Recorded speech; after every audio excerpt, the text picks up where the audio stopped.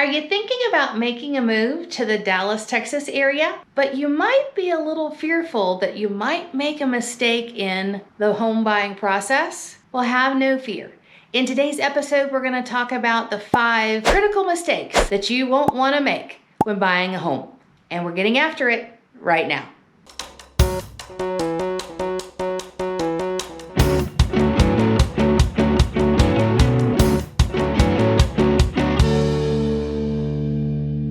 Hey friends, it's Missy with the Live in Dallas, Texas team. Would you like to know what it's like to live, eat, sleep, and play Dallas, Texas? Well, we have the information for you. Honestly, we get calls, texts, and emails from people like yourself that are relocating to Dallas every day, and we love it. We are here to help and make that transition as smooth and easy as possible. But what we need you to do is subscribe to the channel and ring the bell so that you're notified every time there's a new video added to the channel. You can also reach out via call, text, or email so that we can help you and know exactly what you're looking for and how it make your move easier. We've got your back when moving to Dallas, and we look forward to helping you soon. Hi guys, I am Jacqueline Crider. This is Missy Berry, and we are here to talk to you a little bit about the 5 things not to do when buying a home, right? So that is what we're going to talk about today. To give you a little background, obviously I've been in mortgage for about 20-ish years. Missy, I think you've been in for about 29? 29. 29, awesome. So a little bit of credit for why you should listen to what in the world we are saying. The number one thing that you do not want to do when buying a house is make sure that you actually get pre-qualified before you start going to look at homes. So why does that matter? Why do you want to get pre-qualified before you look at homes? So if you don't get pre-qualified and you don't have an understanding of what it is that you can afford, right, from somebody who knows what they're doing, a mortgage professional, what's going to happen is you could go out and Missy could show you all the beautiful houses, and then maybe you can't qualify for them, right? We've actually had people make offers, get under contract, pay money, and they don't qualify. So you do not want to be that person. Make sure that you get pre-qualified prior to. Okay, so I'm bringing you number 2 on what not to do, and that is please do yourself a favor and avoid using non-local, non-full-time professional realtors.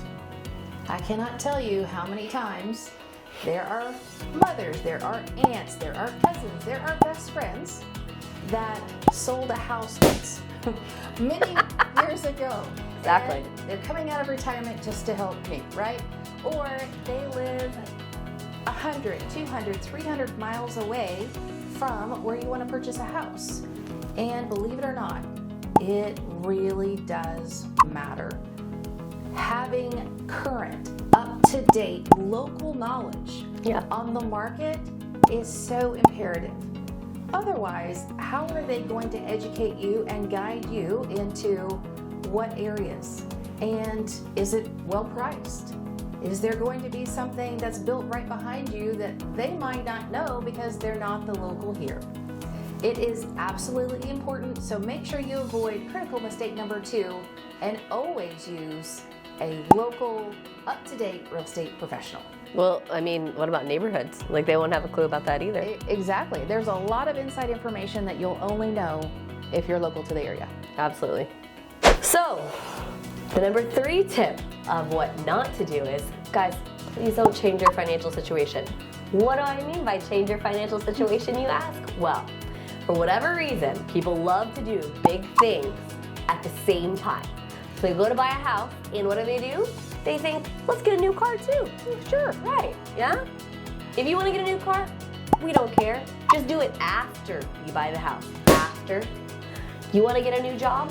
We also don't care. Please also do it after, okay? Or if you really just can't wait, please, please, please, tell your mortgage professional what you're doing.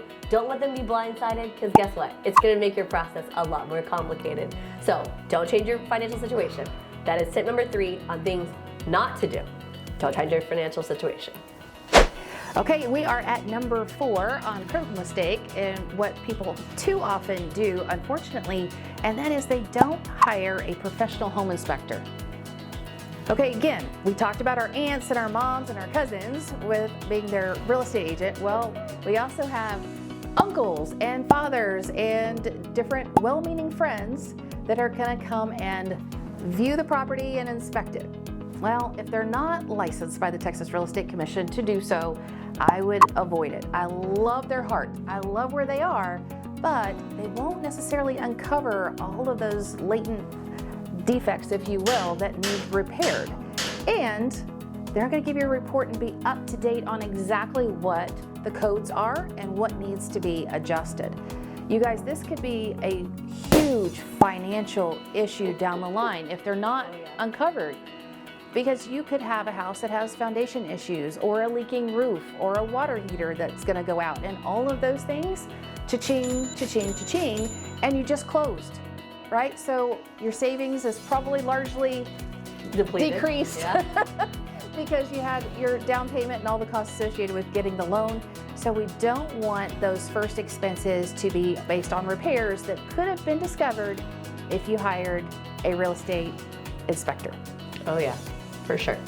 Okay, so the number 5 thing that people don't do correctly when they buy a home is, guys, they don't hire the professionals. Nope. Missy and I have been talking about this, you'll probably get a theme on that. It is so important that you hire people who know what they're doing. I cannot stress enough. Largest financial transaction of your life. This is not the time to use your mother's brother's best friend's uncle's sister's dog to do your loan or your real estate transaction. I'm just saying, right?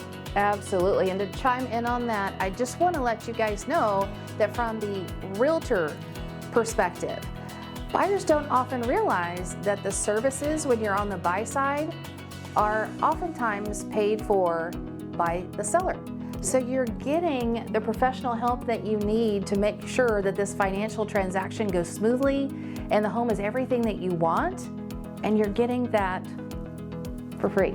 Right. So I don't turn down many things that are free, and I certainly wouldn't when I'm investing a large savings that I have into my largest investment. So make sure, please. Well, and you guys have to remember too, right? Like when you're trying to hire a professional, remind yourself that cheapest is not always best. Like that's what people have in their head because they're like, oh, this is a big financial transaction. Like, I want to save every penny I can. I mean, I understand that thought process, I do, and it's not necessarily a bad one, but when it comes to this large financial transaction, it really can be kind of damaging because you have to remind yourself that the people who really care and are going to pour in, they're usually not the cheapest. And it doesn't mean they're expensive, Right. but they're not like the discount broker that, is maybe doing it for like 1% or whatever. I mean, you want to make sure that you're hiring people who are going to be in your corner 100%, and they're going to make sure that they walk you through every single step of the transaction. They're available, all those things. Because it could cost you more in the end by hiring, because if they're willing to discount their services, they're also willing to discount their service to you. So Exactly. good tips. I hope both Jacqueline and I hope that these critical 5 things of what not to do when purchasing a home has really resonated with you. If you have any questions, because I know for some of you this is your very first time, we're both here for you, whether that be mortgage or on the real estate piece. We're going to have our information up on the screen, so reach out, write down the list of questions, and either call, text, or email. We would love to talk to you about your personal situation and put you on the right path to homeownership. Absolutely. Thanks, guys. Are you starting to figure out that it can be a little confusing? What do you need to do? What should you avoid doing? How much is it gonna cost? It can be a little daunting.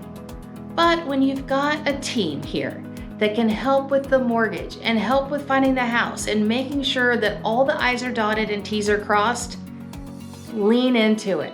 Use those resources. We are here for you. But what I need you to do is reach out. Reach out with a list of questions that you have, your needs and your wants in your new home, what part of town, where are you gonna work? All of those things will help us help you relocate to Dallas as smooth and easy as possible. So reach out nights, days, weekends, via text, via phone, via call. And while you're doing it, make sure that you subscribe to the channel and ring the bell so you're notified every time we add a new video to the channel. We have your back when moving to Dallas, and we look forward to meeting you soon. Till then, bye-bye.